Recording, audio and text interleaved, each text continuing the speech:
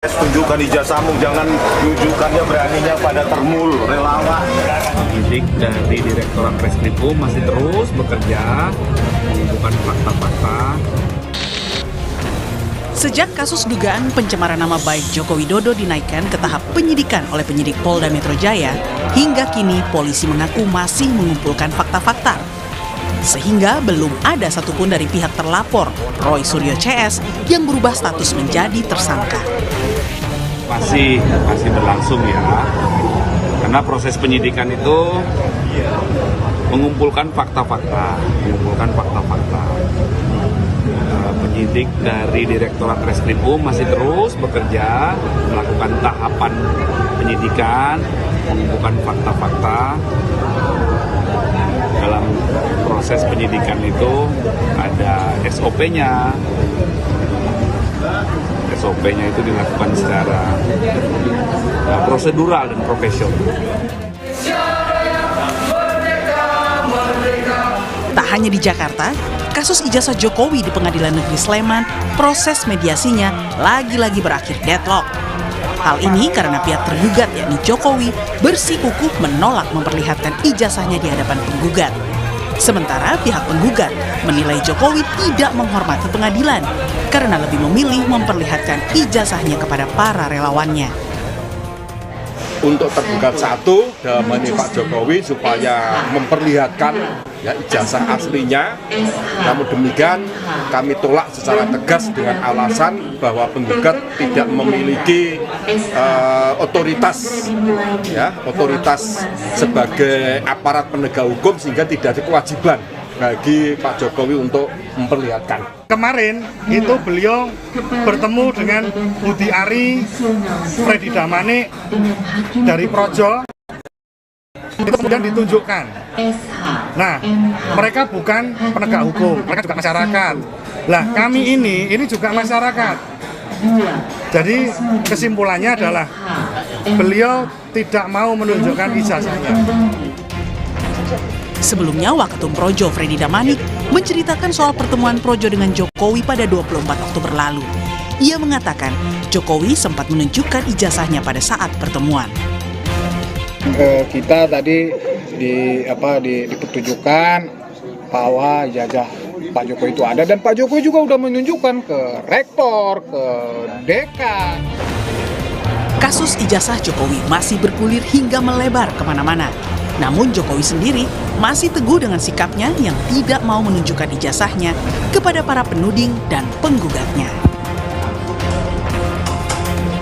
Tim Liputan Kompas TV.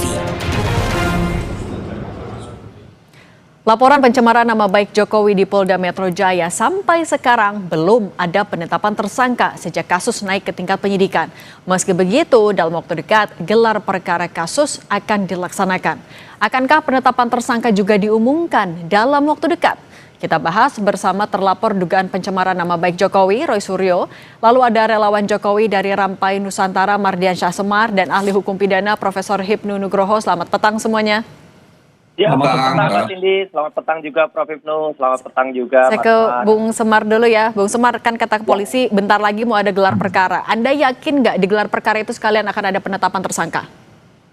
Iya, beberapa waktu lalu kan saya juga sudah sampaikan bahwa memang tidak perlu didesak-desak. Ini proses sudah pada titik ujungnya. Bahwa masuk pada proses penyidikan, lalu tadi kita sudah mendengar aparat kepolisian menyampaikan bahwa dalam waktu dekat akan melakukan gelar perkara, dan saya sangat meyakini dalam proses gelar perkara itu juga akan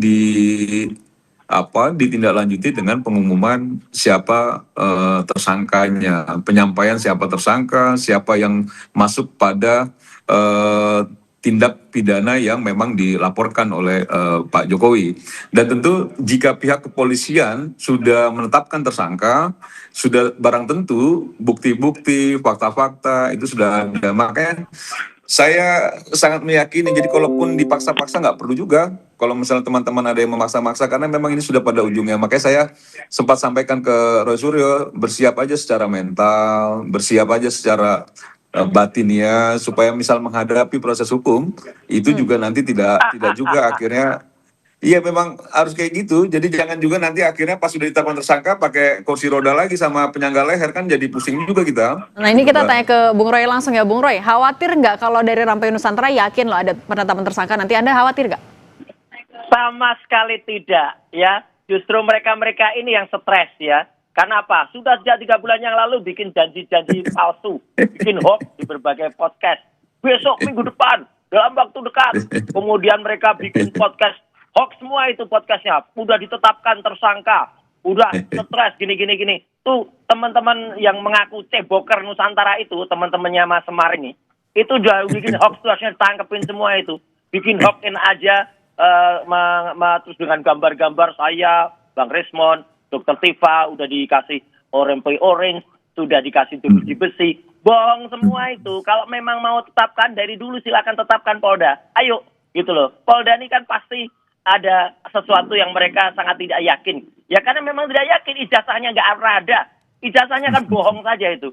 Berarti Bung Roy Suryo ngerasa sebenarnya penyidikannya ini berlangsungnya lama.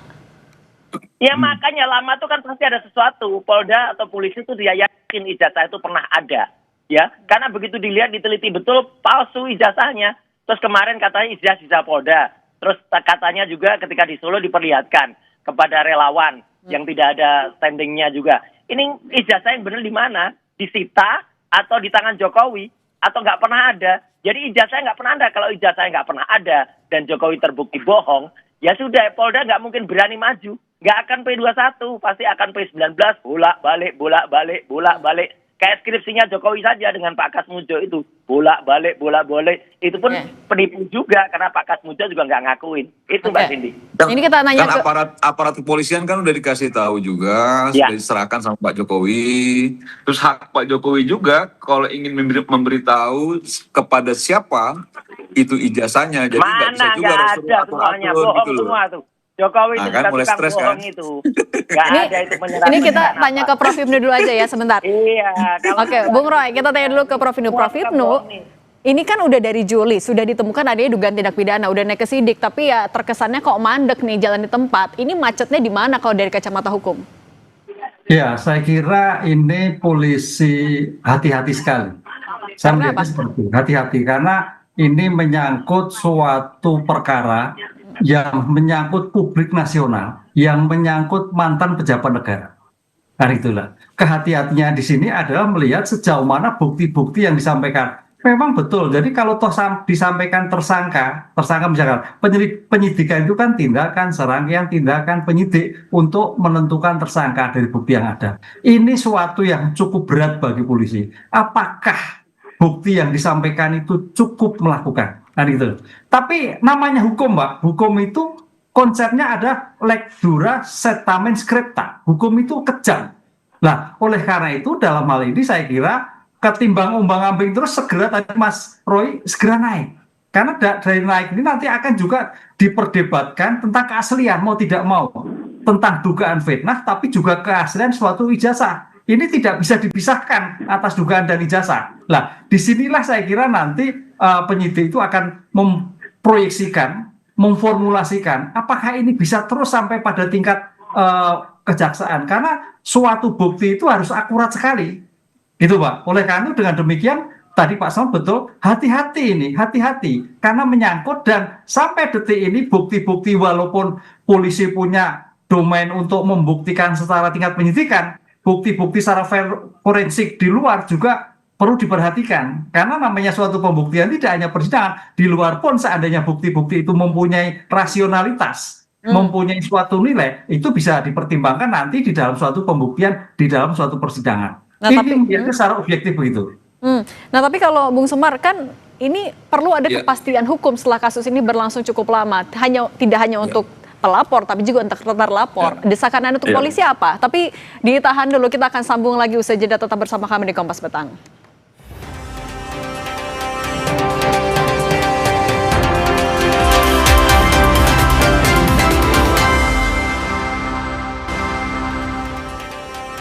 Saya mau lanjutin lagi pertanyaan tadi ke Bung Semar. Bung Semar, kepastian hukum seperti apa yang diinginkan oleh kubu dari Pak Jokowi agar tadi kepastian hukum itu tidak hanya untuk pelapor tapi juga sama-sama untuk pelapor? Aduh, saya ada masalah di audio nih kayaknya. Sebentar ya. Oke.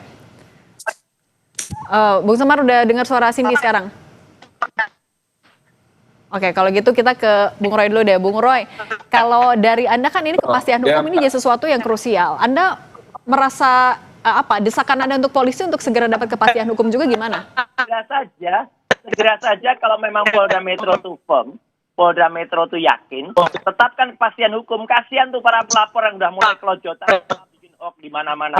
Sabar, Mas Roy, sabar, Mas. Terakhir itu bikin ini penetapan, bikin cerita-cerita halu. Dikit lagi, Mas. Ada saya udah pakai rompi oranye, ada saya udah digambarkan di dalam ada saya digambarkan pakai rompi merah lagi, salah lagi rompinya, ya. Dan kemudian itu bikin aja daripada bikin dosa, tetapin aja. Kalau emang nggak yakin Polda, ya udah SP3 aja selesai, ya kan, daripada bikin sesuatu yang tidak pasti. Roy Suryo ngarep SP3, aduh kasihan. Palsu.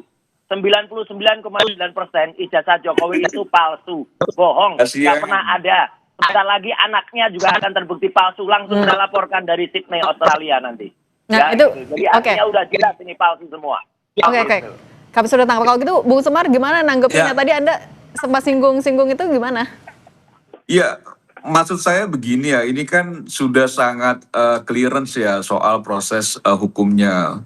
Sekarang sudah masuk penyidikan. Saya setuju sama Pak Hipnu tadi bahwa memang butuh kehati-hatian. Ratusan orang juga dijadikan saksi oleh pihak kepolisian. Dan tadi udah disampaikan juga bahwa akan dalam akan gelar perkara. Jadi kalau Roy Suryo berharap SP3, ya saya melihat bahwa itu menandakan makin panik gitu Roy Suryonya kan gitu ya. Karena sesungguhnya saya sejak awal meyakini bahwa ini sudah ditemukan bukti-bukti dan fakta hukum yang cukup akurat ya dan cukup valid sehingga polisi sudah masuk proses penyidikan. Jika itu tidak ditemukan pasti tidak masuk proses penyidikan, tinggal lagi gelar perkara. Persoalan apa yang disampaikan Roy Suryo kan itu kegelisahan Roy Suryo saja karena memang ini sudah dia bayangkan betul jika ini sudah diumumkan sebagai tersangka bukan main-main ini, dia harus melewati juga proses hukum yang dilakukan dengan sanksi hukum yang nanti juga dijatuhkan. Nah, bahwa banyak orang bicara misalnya begini, kok kenapa Pak Jokowi menyampaikannya bukan di peradilan? Peradilan kan belum, tapi kalau pihak kepolisian minta sudah diberikan langsung oleh Pak Jokowi. Kalau Pak Jokowi memberikan kepada para relawan atau pada siapapun, itu haknya Pak Jokowi. Jangan diprotes juga kalau dia nggak mau ngasih Roy Suryo dan kawan-kawan, itu haknya Pak Jokowi. Dia mau memberitahu ke siapapun ijazahnya, karena itu memang milik dia kan gitu. Jangan juga akhirnya seolah-olah ingin membangun narasi-narasi yang sesat gitu. Oke, tapi soal ijazah ini juga sebentar. Sebentar, tapi saya mau ke Prof. Hipnu juga, Prof. Hipnu. Tapi soal ijazah ini kan ya Pak Jokowi masih belum mau menunjukkan itu ke Bung Roy Suryo CS. Kemudian juga ketika di PN juga tidak mau menunjukkan itu. Nah, ketika tidak mau menunjukkan itu kan akhirnya juga berakhir deadlock akhirnya sering misalnya di PN Solo juga. Kalau kayak gini Anda melihatnya ini memang murni hukum, memang hati-hati atau jangan banyak politisnya juga? Iya, hati-hati Mbak, karena ini kan menyangkut perkara 30 tahun yang lalu ijazahnya, gitu loh. Jadi saksi-saksi pun saksi-saksi ketika 30 tahun yang lalu. Baru memang sekarang ini untuk mengupdate sekarang itu dengan kajian-kajian forensik yang kemarin sudah dilakukan oleh Puslatfor, kemudian teman-temannya Mas Roy dan sebagainya. Cuman keabsahannya ini nanti ada wewenang negara. Negara itu yang mana yang dipakai kan itu loh. Itu yang sekarang dalam tingkat penyidikan. Nanti seandainya itu sampai pada tingkatan persidangan peradilan, baru 2 kesaksian forensik sebagai pendukung keabsahan itu dihadirkan, baik dari teman-teman Mas Roy maupun lapor diajukan, karena itu sebagai bentuk eksaminasi dari bukti forensik yang diajukan. Bukti forensik itu forensik adalah ilmu pengetahuan untuk kepentingan peradilan. Nah, disitulah yang nanti kalau toh ini sampai masuk ada 2 pihak yang membuktikan. Yang dipakai yang mana? Hakimlah yang akan menentukan. Kalau ijazah dari Pak Jokowi sendiri harus ditunjukkan juga nggak sama Pak Jokowi? Pasti harus, karena itu sebagai indeks suatu perkara. Ya nanti di peradilan kok nggak pernah ada. Indeks suatu perkara. Nanti akan dilihat. Nggak berani Jangan juga bahas narasi sesat tuh. Oke, Bung Roy Suryo yakin akan ditunjukkan nanti di pengadilan? Ya pasti Nggak ditunjukkan itu, akan. Mbak. Nggak Itu akan. proses Bohong dia. peradilan Jokowi itu namanya. bohong Pasti udah berkali-kali. Kalau Pembohong Roy Suryo terbesar nggak penting untuk Udah ditunjukkan. udah ada pengadilan di Solo beberapa kali dia nggak berani ngajak Oke. deadlock. Pengadilan, oh. Jadi Jokowi ini pembohong, Mbak. Nggak akan ditunjukkan. Oke. Kalau gitu saya minta tanggapannya Bung Semar. Kalau dari Bung Semar gimana? Iya. Ya, pasti itu akan ditunjukkan dalam proses peradilan. Itu yang tadi saya tegaskan juga, bahwa dalam proses hukumnya kan juga sudah ditunjukkan juga kepada pihak Polda Metro Jaya. Kalau kepada kasus jangan juga akhirnya marah dong. Gitu loh. Jangan juga akhirnya maksa-maksa minta ditunjukkan ke Roy Suryo, itu kan bukan juga pada kewenangannya. Roy Suryo minta ijazahnya Pak Jokowi kan gitu loh. Kalau dalam proses peradilan tentu itu akan dipenuhi oleh Pak Jokowi, dan saya meyakini Roy Suryo dan kawan-kawan segera menjadi tersangka itu. Oke, nanti kita lihat aja di gelar perkara akan seperti apa tindakan polisi. Ya. Bung Semar, Bung Roy Suryo, Prof. Ibnu, terima kasih Siap, sudah berbagi bersama kami di Kompas Petang. Jokowi tukang bohong atau tidak? Oke. Terima kasih semuanya, sehat selalu. Enak loh di penjara itu. Terima kasih, Prof. Makasih.